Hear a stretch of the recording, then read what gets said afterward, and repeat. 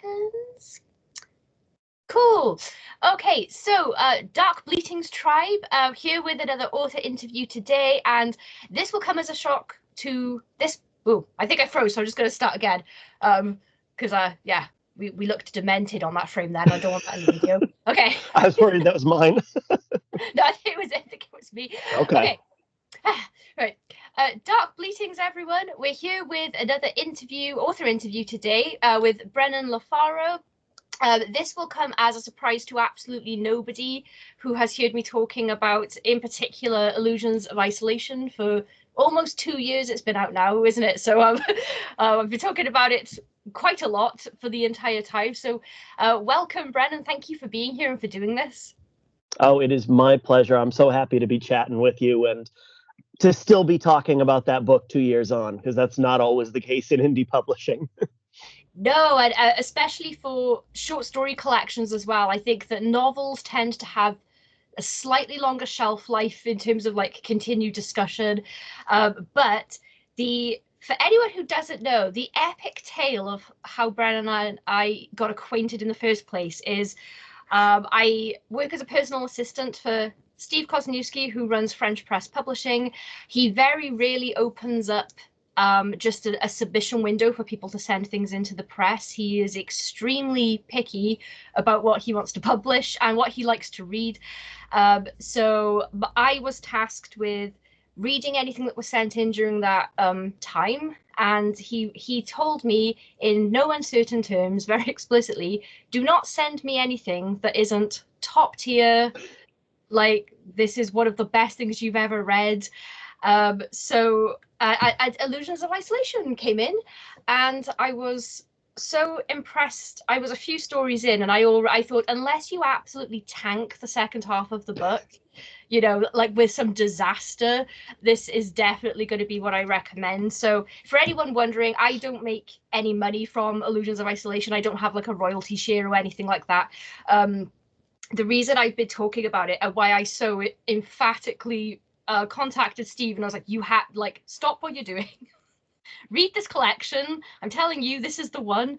And then since then, I've just been enthusing about it to everyone that will listen to me. And it is still, a couple of years on, still in my top 5 collections, I would say. Maybe my top 3 even. And Just a Note is the story I was talking about the most at the time, but that is still in my top 3 favorite short stories of all time currently. So, so the way that this was put together, was this compiled? I can't remember. Sorry, was this all original stories, or did you make this up of a mixture of things you'd had published elsewhere and you collected it here? It is. It's a mix. I think out of the 13, I think there's 4 stories that were previously published and then 9 originals. Not for lack of trying, but the whole process of cobbling it together, and even more so the process of seeing, you know, what resonated with you, what resonated with Steve, and what resonated with readers. It served to really reinforce that idea that you hear all the time that, you know, when you submit something and it gets rejected, it's never personal. It's, Yeah, you know, it didn't fit the collection, or there was a story that, you know, had similar themes, or you just didn't vibe with the editor, or they woke up and they missed their cup of coffee. Like, there's a million reasons. And a story that gets rejected 15 times could be somebody's favorite. Actually, I love the story that really hit with you. Just a Note. I am a ghost story fiend, and that was just my pleasure to write.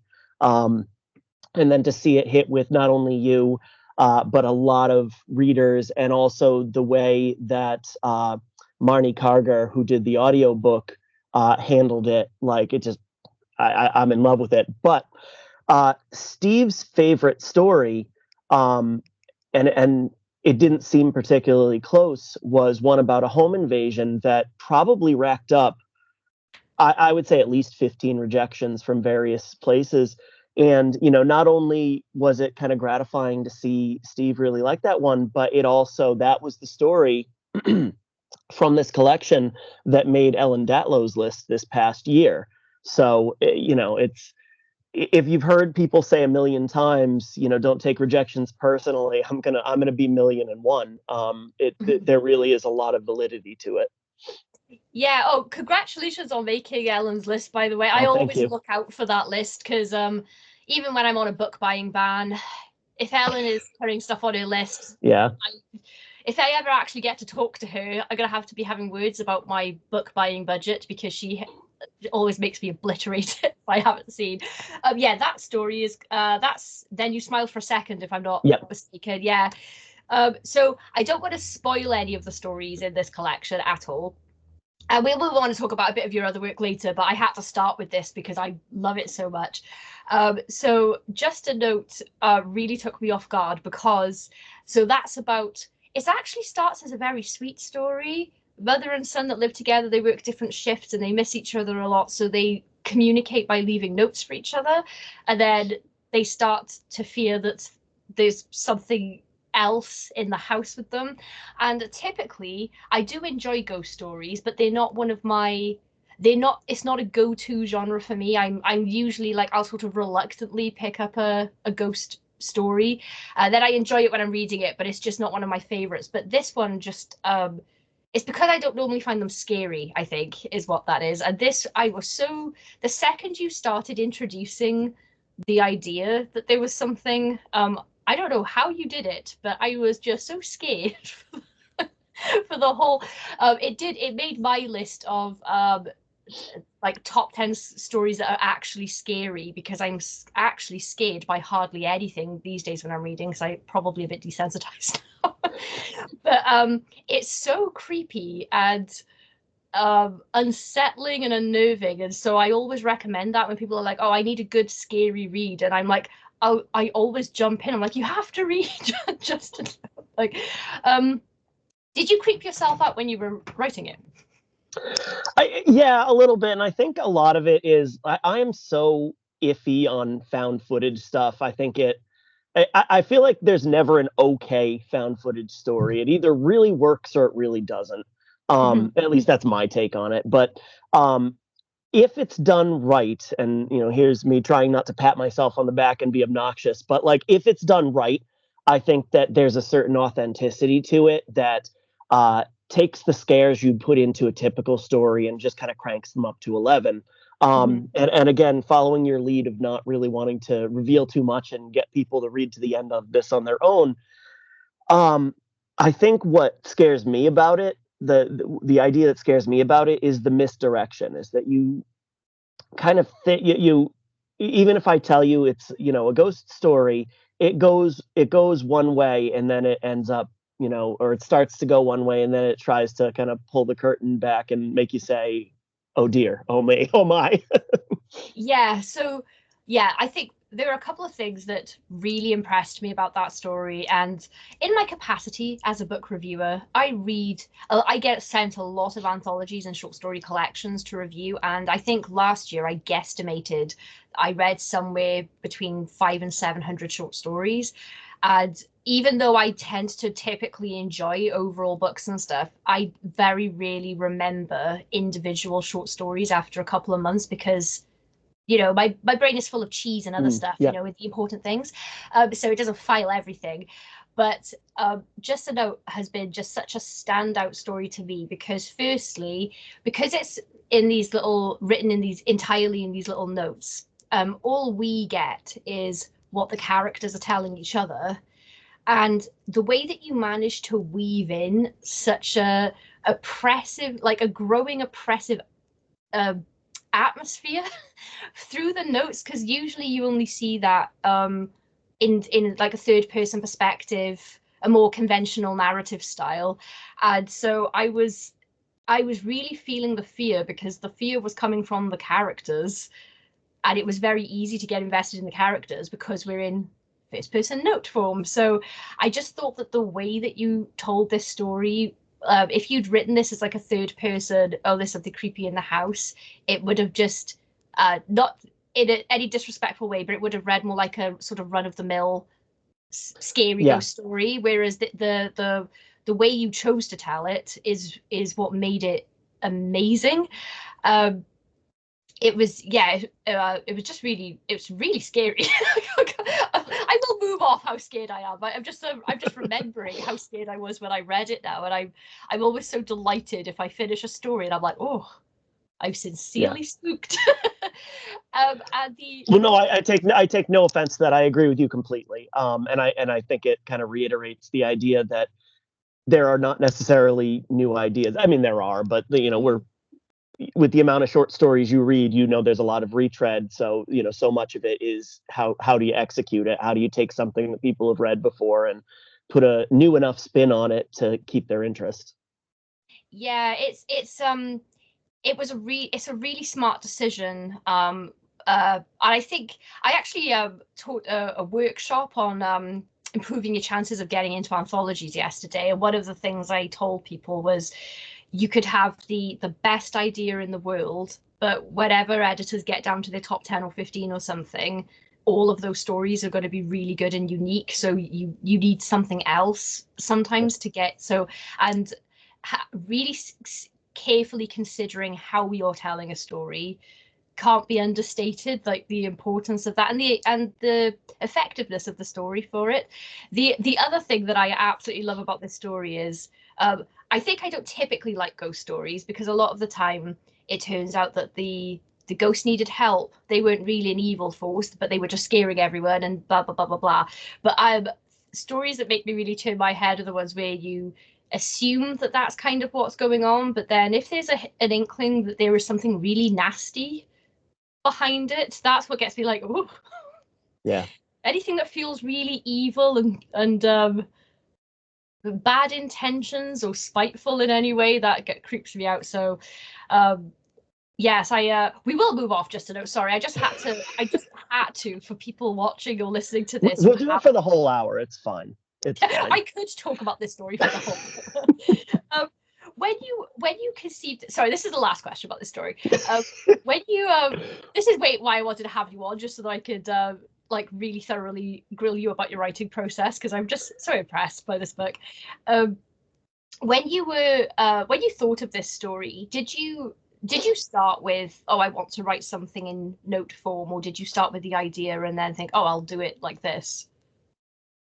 No, it did. I did plan to make it found footage because I've kind of moved away from this process, but almost all of the stories that are in this collection um, began as an anthology call theme, and the one I wrote this one for was specifically an anthology of found footage. And it would probably not be too hard to figure out which one did not take it if you really wanted to go down that rabbit hole. But it so yeah, that was absolutely always in the cards, and I'm gonna admit that I do not remember how I stumbled across the idea for post-it notes. Um, it may have definitely been borrowing from Paul Tremblay's Notes from the Dog Walker, which is a Oh, wildly different story, but presented in a somewhat similar manner. The notes are a little longer, but yeah, it was always going to be like that, and it was for most of the time going to be a haunted house story because again, that's kind of my bread and butter. That's what I love talking about. that's yeah. Yeah, it was a great, yeah, narrative choice. Who do you like to read? Just before I move on to more questions, I like that's a because you mentioned Paul. Yep. So, something I like to do when I'm reading is try to figure out who the author I'm reading reads, and sometimes you can tell if someone's like a fellow Stephen King fan because like a Kingism will slip out or something. I couldn't figure Yeah. it out with you because all of these stories are so different, and you've taken different stylistic approaches. So I wasn't sure. So I'm dying to know. Yeah, I mean, I've got a Stephen King shelf over my left shoulder, so that's not Yeah. that's not going to be a hard guess. Yeah, that was definitely a huge influence. I read King for years before I discovered, oh, there's other people that fit nicely into that horror section. Um, I honestly think that you could go through a lot of different stories and kind of pick out individual influences. I would say like the last one, which is a novella or novelette Mhm. called Red Sands, which is kind of like Western meets kind of dark fantasy. Before I'd really tried writing legitimate Western, um, like there's some Lansdale in there, but there's also, you know, that there's like Celtic mythology that I've kind of twisted and worked into some of my other things that really, you know, I'm not even sure where exactly that comes from. Like maybe a little bit of Barker, but I've never, you know, I like Barker, but I wouldn't consider him one of my biggest influences. Whereas you take the first story, um, which I definitely know the name of, and I'm not stalling at all. Oh my God, what is the name of the first story? Is it But Dressed for Success? that's the one. That's the one. That one went through a couple title changes before I settled on that one. But it's a, you know, I always pitch it as it's a splatterpunk school, and actually, I love your description upon reading this even better, which was I think Lord of the Flies on speed. Um, and it was, you know, very much. I read Gwendolyn Keist's story collection, and her smile will untether the world, the universe, one of those. Um, and there was a lot of really interesting second person stories in that one, and that made me think, okay, you could, you know, I don't always love to read that, but if it's done well, Mm-hmm. I love to read it. Like it's again, that's kind of one of those things where it either really works for me or it really doesn't. Um, so you know, to wrap it up with a shorter answer, Lotta King. I love everything Gwendolyn's done, but I also I really love reading a lot of crime authors. I love Don Winslow, Dennis Lehane, and what those people do for me is momentum and pacing, which Mm-hmm. is huge in novels, but even more so in short stories. You know, it's kind of the idea like if you pick up a crime novel and it doesn't have your attention in the first 5 pages, it's probably not going to get it. Mm-hmm. That's just it's how those things are supposed to start. And you know, you mentioned ways to kind of ensure your story has a better crack at getting in an anthology. I mean, there are editors I've heard from who say that they know by the end of the first paragraph whether they're going to take a story or not. And, you know, is that entirely fair? Maybe not. Is it true? Does it happen? Yeah. So at the very least, you know, you got to have a really brilliant first page, and learning kind of how to direct pacing and hooks is Mm-hmm. really important for that. Yeah, you have such a short time in a short story to, because with a novel you can take your time with character development and you know, whatever else you want to do, whereas with a short it's very much about the idea and the execution of it. And yeah, like you say, if you're submitting something to an anthology, especially that first page is much more important than if you're assembling a collection and your readers presumably are picking up your collection for you, and they'll trust you to get you to where you want to go. But if you're submitting to something, um, I was telling people yesterday, Flame Tree Publishing put out a call recently that had 1,500 or so submissions. And I thought, there's no way that they can possibly read the whole story for every submission. They're going to have Yeah. to, like, I would assume 1 to 3 pages is what they probably do to, and then move those stories into the whole read pile. But Yeah. yeah, it's quite hard to do is catch people in a first paragraph, so that they want to read the whole story. But your your openings are very like attention grabbing, because when I was reading your book for the first time, and I'd never read anything by you before, had no prior knowledge, we never talked or anything, didn't know each other, so I was completely going in blind, and every story just it just got me in the beginning, in those opening pages, and then the directions you go in are always surprising. The home invasion one, that is my second favorite story in the anthology, sorry, the collection, because and typically that's another thing, I don't normally enjoy home invasion stories, Yeah. but you did something, we won't tell anyone, but you did something different with this. And it was it's a lot of like, oh, what a breath of fresh air kind of stories in your collection, with the way that you were using your subgenres and your themes and everything. Do you have a favorite theme or subgenre that you like to write in or work with?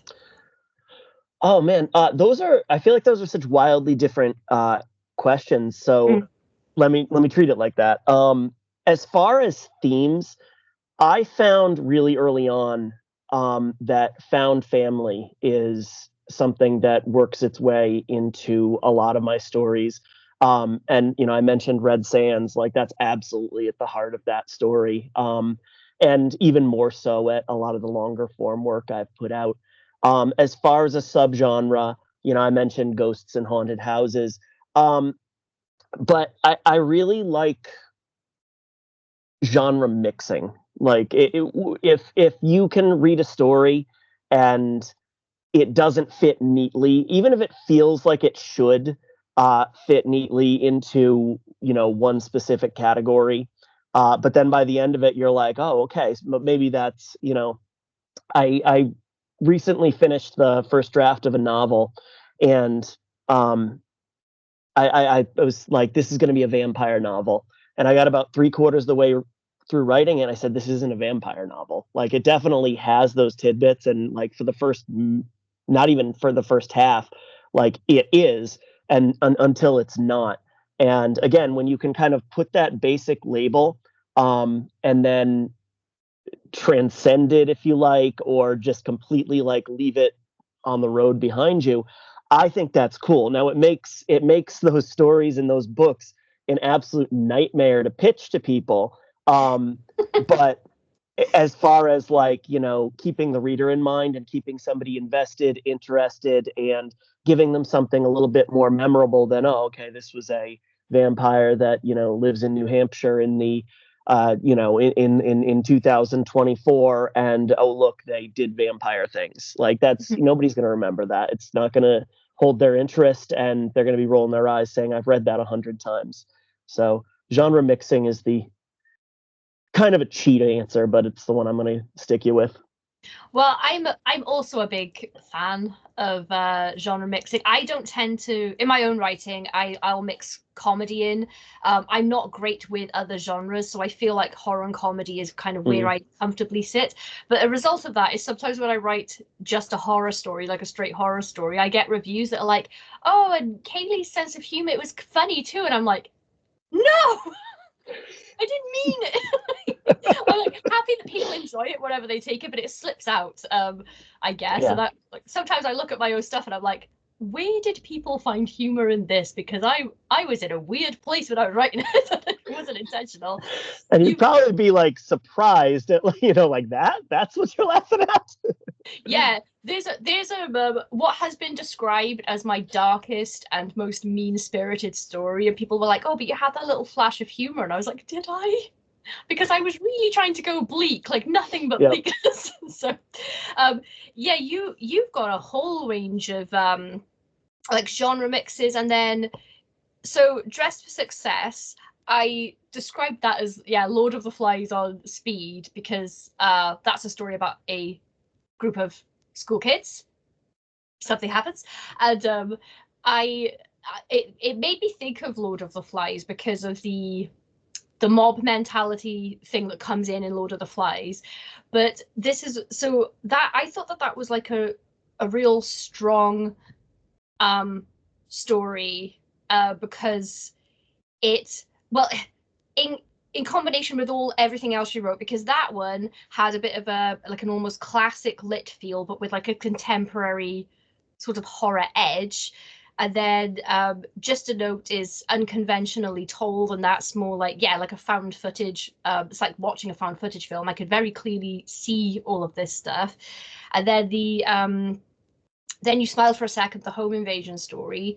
I think that would make such a great film, or like a feature length episode of something. Yeah. But that was in a completely different camp of horror to the other two. So there just wasn't really, um, there wasn't, and I would say there is some humor in that one. Dark, quite dark. Yeah. um, but yeah, you kind of like stepped out of the box and into different mixes and blends of things for every story in this collection. There isn't anything in there that's similar to something else in any way, really. So which is really refreshing for me when I'm reading collections, because sometimes things can be a bit samey just because of, you know, the author's preference for what they like to write and everything. But this was just such a great variety. I think one of the notes I made very few notes about there's a story called A Shine in the Woods. Mm. And I think that the actual written note as I was reading that was just like, oh no, no. Arachnophobes beware is what I would say for that one. But Oh, they'll love that. They'll love that one. yeah. Oh, I loved it, but like I am, you know, quite arachnophobic, so Me too. yeah. I feel like I could tell because Yeah, yeah, might have made its way in there a bit. yeah, I think the people who aren't afraid of spiders can't scare other people with spiders because they don't know the thought process you go through when you see one. Or I'm in the UK as well. We don't even have big spiders by comparison, to be honest. Yeah, I'm in the Northeast and we don't either, but it's like it's big enough, you know. I bet that your spiders are bigger than our spiders, though. I couldn't compare. I bet. I don't have one to show anyone or anything right now, but you That's know, good. yes. Kill it with fire is always the mode I go for. So when you're are you sort of, do you plot short stories at all, or do you kind of just get the idea and Run. Absolutely run. You made a comment earlier about like how a lot of times a story goes to an unexpected place, and for this book, Jonathan Jans was kind enough to write a really nice introduction, and he he had written in there. He said, you know, I don't know Brennan's process if he's a plotter or a pantser, but it feels like he's discovering, you know, what's going to happen like seconds before the rest of us. And it's like, yeah, that's it. That's true. And you know, it's such a cliche, but it's really like it's you're trying to entertain yourself when you do that, and it's kind of with the hope that if you're entertained, that the reader will be too. You know, my background is in music. My day job is teaching music, so my mantra with that, when you're, you know, teaching a kid how to perform, is if you're bored playing, the audience is going to be bored listening. And I think that's a huge part of this as well. Yeah, how do you deal with that when you're writing longer work? And this is something I wanted to ask you because I really I'm so happy when I'm writing shorts, but I've really been struggling to write a novel for like 18 months now because I hit the mid part and then I start to feel bored of my own story, and I don't know if that's because I've spent so much time with it or if because what I'm writing is crap. So, how do you approach longer form writing? A million ways. I wish I could tell you that, like, you know, I could outline for longer stuff. I've probably written upwards of like 10 or 11 books by now, not all of them out. And I think I've only outlined one. And it luck, you know, that I could kind of like think that far ahead. And it was the second book in the Western series called The Demon of Devil's Cavern. So, you know, I knew the characters and I had a vague idea of what I wanted them to do. So it was by no means a traditional outline. It was just me basically free writing, you know, a speed run through the plot for 5 pages. But that's the closest I've come to outlining. As a rule, when I write something longer, it's me figuring it out as it goes, because I found that I cannot just like lay in bed at night and think about what's going to happen. Like if I don't have a screen in front of me, it's pretty rare that I can crack a problem or anything like that. So the most basic answer is kind of twofold. Sometimes you just get lucky. And I can think of a couple books where that's happened, where the rewriting, the editing, and the going back and adding things to make the ending make sense has been very minimal. And with both those books, I wrote them with no audience in mind. And I basically just told myself the story and it worked out nicely. Going back to write something that I either, you know, had promised a publisher, was a sequel, or that I had an idea of who I wanted to try and pitch it to, that's a little harder, you know. So the awful advice is write for yourself, and it's actually really good advice. It's just damn near impossible to follow, because once you get like anything out there, it could be like 100-word like flash fiction, or it could be a book. You're always writing with the audience in mind, even if you're like slapping yourself on the wrist trying to tell yourself not to. It happens. Mm-hmm. And when that happens, there's a lot of leaving myself notes in the margins, having a notebook open and writing, you better go back and fix that because you just like screwed the pooch here. And then of course, like I can't recommend beta readers highly enough. You try out certain people to read your stuff, and you kind of get a feel for the people who really get it, like, and their suggestions are, I understand the work, and here I understand what you're going for, and here's how you could get it or improve it, versus here's what I would do if I were writing this, which, and if you're beta reading, don't do that, because it's just not useful to anyone. You're not writing it. Yeah. So yeah, longer form though, they can be a monster. And there's some books that I've gone back to and back to and back to, and every time you do it, the screws get a little tighter, but then you need to let it sit for a little bit and come back and try again. So it goes. Yeah, there are definitely I would say bigger challenge. Like short story writing has its own challenges, but because it's just not as time consuming, it just doesn't feel as big as the pitfalls of novel writing. I've told this story a couple of times on this channel that I wrote a novel. I wrote my first one during lockdown, and I redrafted it like 4 times. And then when I gave it to somebody else to read, he had so much feedback, and a lot of it was just massive plot holes. I'd written in like this little thread and then completely forgotten about it. And I was like, I've edited this, I've read, but I think because it's in your own mind already, it's you do need other eyes on it. And eventually I was like, God, this would take so much work to be like a competent novel. I don't think it's worth it. I think maybe I'll just think of this as a practice run, and let that be a lesson to me to take notes, because apparently I will not remember what I wrote 3 months ago in chapter 3. So, and people were telling me, "Oh no, you've been a bit hard on yourself. Just publish it and get it out there." And I was like, "No, no, no." I was like, "That can't be my debut, because I know it's trash, and also I review books and criticize other people's writing. So can you imagine if I just went, oh, it'll be fine, you won't notice." So. Yeah, and I think at the very least, when you put something out, you have to be confident that you did the best job that you could on it at the time. And it's like, if you don't feel like that, like, why would you put that out? There's a huge difference between, is this book the best it can be versus is this book the best it can be right now? And of course, is this book readable? Which is really not the high mark we want to go for. No, I always tell the story. My first novella, Slattery Falls, I wrote it and I reread it like 183 times or whatever. I sent it to 4 or 5 beta readers. It got accepted. It got edited. I read it 100 more times during that editing process. It, came out, and it went out of print. And I put it with a new publisher. Before I sent it to them, I read it 100 more times. They edited it again.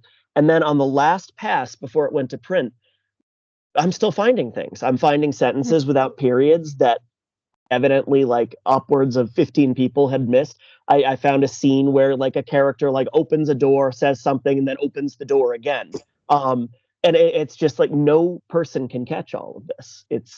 Or the computer puts things back in there to mess with you. Both are possible, I think.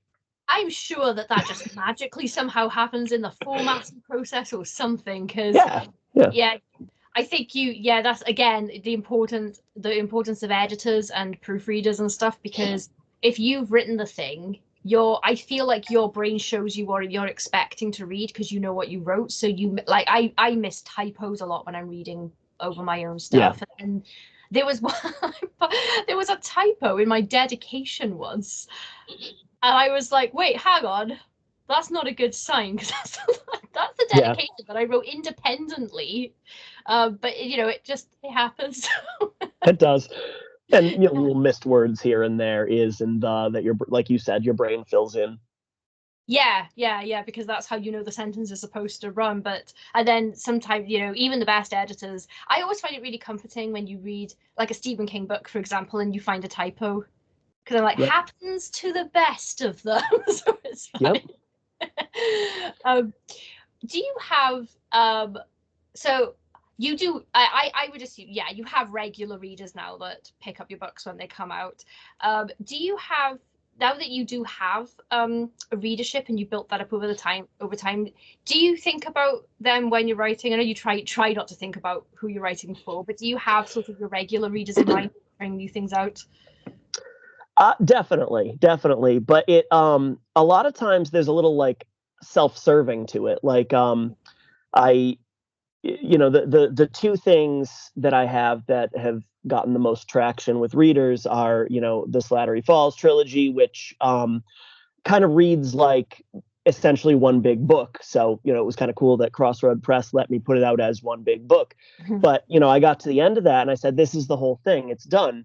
And then I had an opportunity to write kind of not necessarily like a continuation of the story, but a sidequel, if you like. Mark Tullius, who runs the Try Not to Die series, we signed on to do one of those, and I really liked the idea of kind of like a choose your own adventure type book because child of the '90s, like I grew up on those, but also I'd be lying if I said that I didn't think like, okay, like there's a built-in audience for this. And that's kind of exciting because when you write something original, like you said, it's very kind of you to say, like, I have a readership. It's not a big readership. So when I write something that's totally standalone, I have to kind of look at it like, are people even going to care about this at all? So like when I pick projects, it's nice to kind of build in something every so often that is connected, even if it's just loosely to the other things that are going on, because I know that people will pick that up.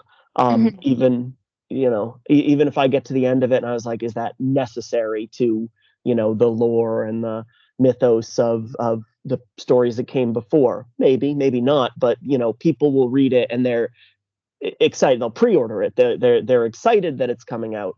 And the same thing with the westerns. It's there's a readership waiting for the next one. And again, self-servingly, I'm about halfway through the fourth book of that series right now, and every time I step into it, because these are stories that take place in the late 1800s, and it's a first-person voice. And in the case of this, like I haven't written in this voice in a year and a half, and I worry like, am I gonna blow it? And every time I sit down, and get a little bit into these stories, it's like being home. It just makes sense to me. The voice comes right back. The story flows a lot better than some of the things that I got hung up on writing in the last year. And while I'm on it, it's like I could write these things forever. I hope somebody will maybe I'll get a movie deal, or maybe somebody will decide they really like these and would like to pay me to write in this world forever. So when those things line up, like the readership wants this, and also I enjoy writing it, like that's the sweet spot right there. Yeah, this is gonna sound like a bit of a thing to say, but I'm gonna say it.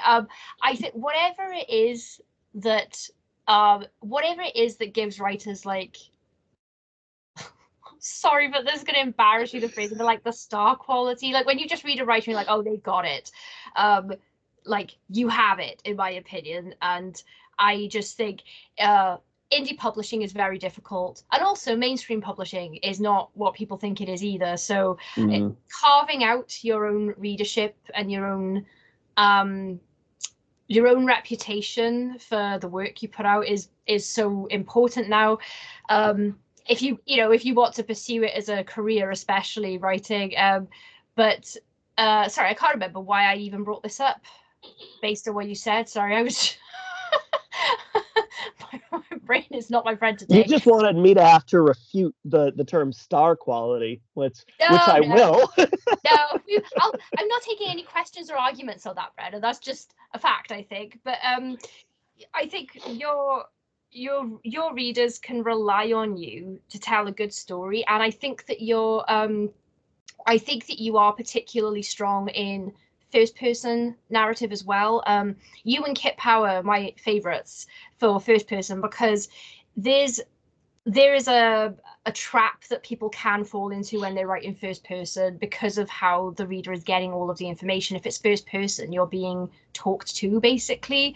And because you're in a character's perspective in a much more personal way than if we're just following them in third person, the way that you deliver any information or anything about the story to the reader is different, because I've read a lot of first person narratives that don't work very well because the character just magically knows everything about the thing, because I guess the author couldn't figure out how to get that information to us. And you kind of have to do it by cluing us into things that the narrator's telling us, but that they haven't realized. And I think that, that's something that you are really good at, and that's why your first person stories are popular, I think, because it's there's nothing that makes me flinch when I'm like, oh, that was a bit forced, or as you know, Bob, like that kind of stuff. So you do avoid it. Do you have to when you're writing first person, is this sort of are you just naturally going with this, or is this something that you have to catch yourself on, like little details like that, where like the character does something unnatural? First off, I'm going to refute star power by basically saying that, like, no, this absolutely answers your question, I think. By basically saying that you luck backwards into that when you write with my process, because you can't reveal too much if you don't know what's going to happen yet at the beginning of the book. So no, as far as getting in the headspace, I find it comes pretty naturally. Like, I can write a lot faster in first person than I can in third, because there's a lot of overthinking. I find that there's a lot of overthinking in the moment for third, especially if you're writing like close third person. With first person, it's, you're not. I mean, yes, you're the narrator, but more really, there is no narrator. Like, you're just like, I saw this, I did this, he said that.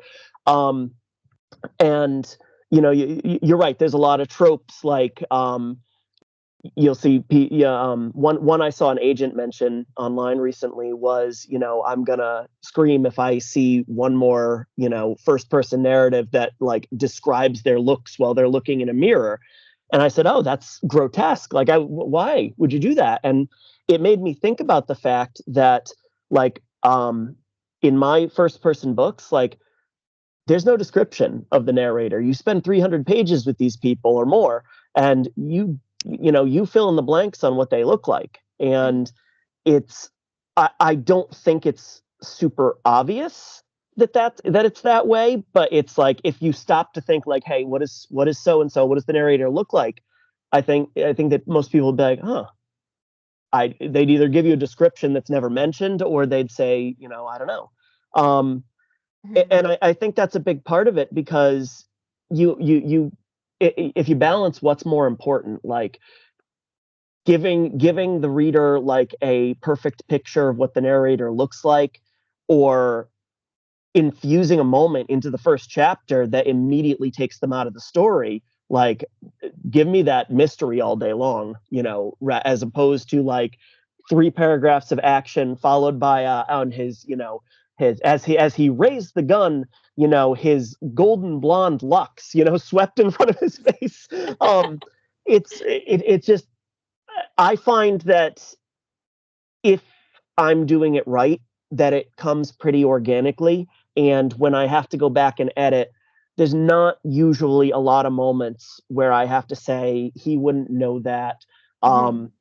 And on the flip side, it does stick you with some troubles, like how do I reveal this? Like, this is happening across town. Mhm. But I hate to say, the answer is you just gave a thumbs up or something. The answer is you don't. You know, you basically ask yourself, like, does the reader 100% need to know this thing that I'm trying to shoehorn into the story, or can we like save it for some kind of dramatic reveal later and still make everything work up to that point? Mhm. I really love a good first person perspective. Because I don't care about what the characters look like normally, and Mm, even when they're described to me, I don't remember unless it's like a feature that comes up over and over for some reason. yeah. Um, but yeah, the that is a pet peeve of mine as well. First person where someone looks in a mirror and then they take the time, and especially if it's a female perspective, because there tends to be a lot of, oh, she noticed the ample curve of, and I'm like, no one ever. I I mean, maybe someone does, but I have never personally stood in front of a mirror and been like, oh, look at the ample curve of my bosom. Oh, I actually Yeah. really like that about myself. Like it's I'll second that. I've never done it either. yeah, it's a yeah. I think most people when they look in the mirror, they're like, do I look decent to leave the house? Yeah, fine. It's my Or hair sticking straight up. Yeah. if you're happy with how you look for a second, that normally doesn't stretch beyond like, oh, I'm looking good today, and that's about Yeah, no, it. that's a perfect example though. It's like, if you do look in the mirror, you're thinking, is my hair sticking up? You're not thinking, is my brown hair, which, had in the last few years become more and more infused with salt and pepper, sticking up. Yeah, So there's an authenticity in brevity. I mean, really, in that case. I that's something that I learned about describing places as well. And this is something I picked up from Stephen King because I think I've watched just about every talk that he's ever given that's available online. And I think he said something like he basically can't be bothered to spend a page describing a prison or something because if you Hmm. say the word prison, people picture it. Yeah. And unless there's something important, a detail that's important, there isn't really any need to use up your word count that way. Well, it's appropriate in some instances. Like Adam Neville is quite descriptive, but that's usually how he's scaring you. So it's Yeah. appropriate times. But um, yeah, I can't personally say I've ever looked in a mirror and been like, oh, is my hair cascading over my shoulders? Clearly. Yeah, yeah.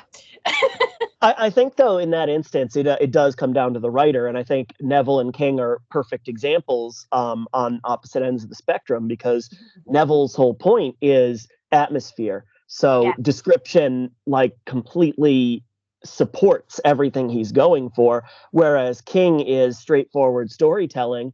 And if, like you say, knowing what color the walls are in this prison doesn't impact the story that he's trying to get across, then why would you bother with it? Yeah. Yeah, I guess it's a difference in approaches to the storytelling for sure. Because Stephen King's very Mhm. characters. I like that. People don't like him going off on his tangents and stuff, and I'm like, I feel like this is all relevant.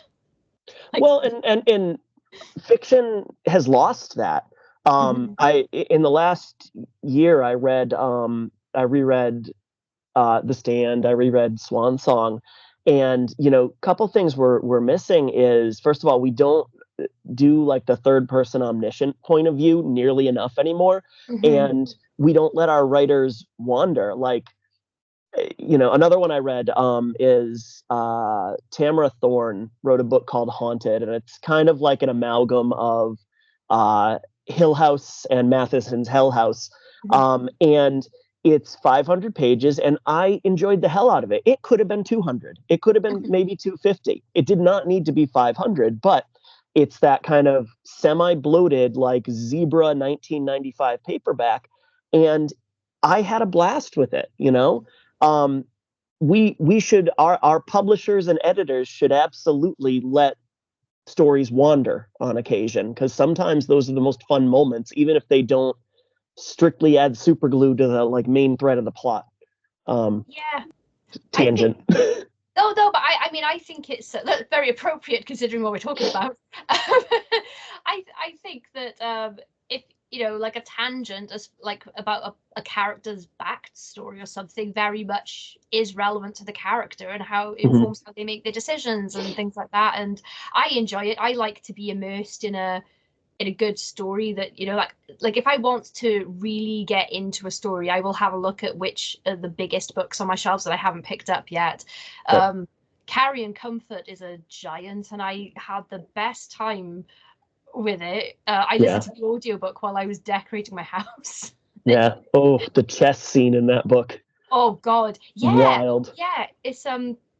It's crazy. I spoke to Simon Clarke recently, who's also been writing for decades, and his mode of storytelling is really different. He does really short chapters, and he tries to end every chapter on a hook. And he said that advice that he was given from an agent way back at the beginning of his career was that people don't tend to sit and read for long periods of time, and they read on the train or something. So you want to give them chunks they can complete in a short time. I was like, I get that, but that's not the kind of reader I am, because I'm like, oh, I've got 3 hours. Okay, I'm gonna sit down and read a novel now. Although I do grab it when I can, but it's just just completely different approach. I wonder what Simon would do if he was like, I'm going to do a 1,500-page epic. Yeah, in short chapters. Why not? I mean, like Yeah. even a lot of King's bigger stuff, like they're broken into like part one is like 200 pages, but then it's broken into those like little semi chapters, 1, 2, 3, and they're all anywhere between like a paragraph and 5 pages long. Yeah, I So love that because you can do both. Yeah, I do actually love that he does that, because sometimes Yeah. he'll have like a 50-page chapter, but there'll be like a half-page section or something in there. Yeah. So, do you have a favorite piece so far of your own work that you enjoyed writing the most? Um, I think it probably is the second book in the Western series, the Demon of Devil's Cavern. So I'm going to spoil the first one a little bit, but I mean it's one of those like if you are aware of the series' existence, it's hard to keep this spoiler under wraps from the first book. But it follows a guy in his early 20s who. When he was about 8 years old, and a famous outlaw boarded the train he was riding with his parents and killed everybody but him, puts a bullet in his hands, and just leaves him in this slaughtered train pulling into the station. And so he's kind of on this quest for revenge, and along the way he stumbles across this emaciated little girl, 8-year-old girl, um, who he finds out basically had a similar thing happen to her. And he discovers that she is mute. So in the first book, there's a lot of communicating through just kind of facial expressions. She is literate, so she can, write in the dust, but it's mostly, facial expressions and getting and getting to know each other while they're, kind of on that adventure. In the second book, I had done a little research to basically find out if American Sign Language was a thing in the 1890s, and it was in its infancy, but enough so that I could take a series that has, witches and people who can't die and stretch it a little bit. So that, I always say that the first book is Rory's, the main character, who we have first person point of view, and the second book belongs to Alice, and that's really her story and what happened to her before they met. But I love the way that they communicate through a mix of just knowing each other so well that they can kind of guess what the other person's thinking, facial expressions, and now add sign language into there. And it's just something I feel very good about the representation in that book. And I had, when that came out, I had early copies at a convention, and this guy came up to me, actually bought a copy of Illusions of Isolation, and he had his daughter with him, and she, I didn't inquire as to what her disability was, but she was disabled, and um, I asked who I should sign the collection out to, and he said, "Oh, make it out to her. This is Alice." Um, and she can't speak. And first of all, I had to really, really try hard to hold it Yeah. together. And I told him, I said, "I think you would love this book, and I'd love to make out a copy and just take it, read it, love it, man." And I don't know. That's something that I feel very strongly about, both as a parent of two disabled kids and a teacher with many, many, many disabled kids. Um, is putting that positive representation, even in a genre like horror, and also making it so that, like, representing a character so that their disability is 100% linked to who they are and their personality, but also doesn't define them, doesn't relegate them to this like inspiration porn role. Um, and anytime that I feel like I even semi pulled that off, like, that makes me happy. And when people notice that in reviews, like, that's what does it for me. Yeah, I think connection with your readers Mm. is important, and I think that's why people come back to your work. Sorry, I didn't even get time to talk about those books. They're really good, by the way, because I went on so long about Just a Noose. Well, I shoehorned them in. It's fine. Yeah, we'll have to do a part two if I can convince you to come back at a Oh, I'd different love to. day. I'd love to. I've just realised it's almost been the whole hour already. That has flown by for me. For anyone listening or watching, I will put all of Brennan's information in the description, so the books we've discussed and where you can find him and everything. Is there a good starting point, do you think, Brennan, for your work, if people haven't read you before, if they're new to you?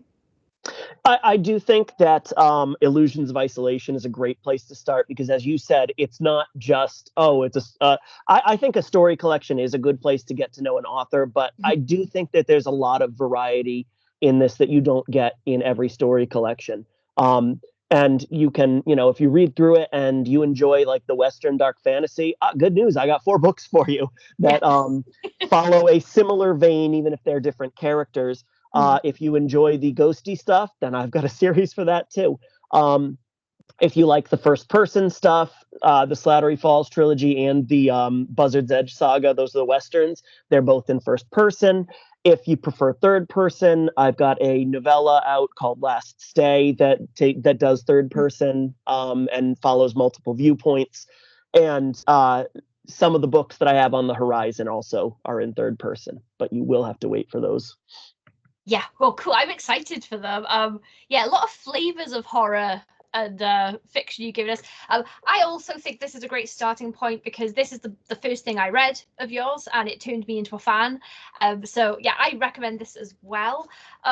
Thank you again so much for doing this, Brennan. I've mined a lot of good tips from you for for writing stuff. We'll sign off for everybody now. But yeah, hopefully we'll do a part 2, and I can ask you all the rest of my questions about the whole rest of your work that I didn't get to. Let's do it. Cool. Okay, we're just gonna sign off, and we're just gonna wish everyone a nice bleed. Bleed, bleed, bleed.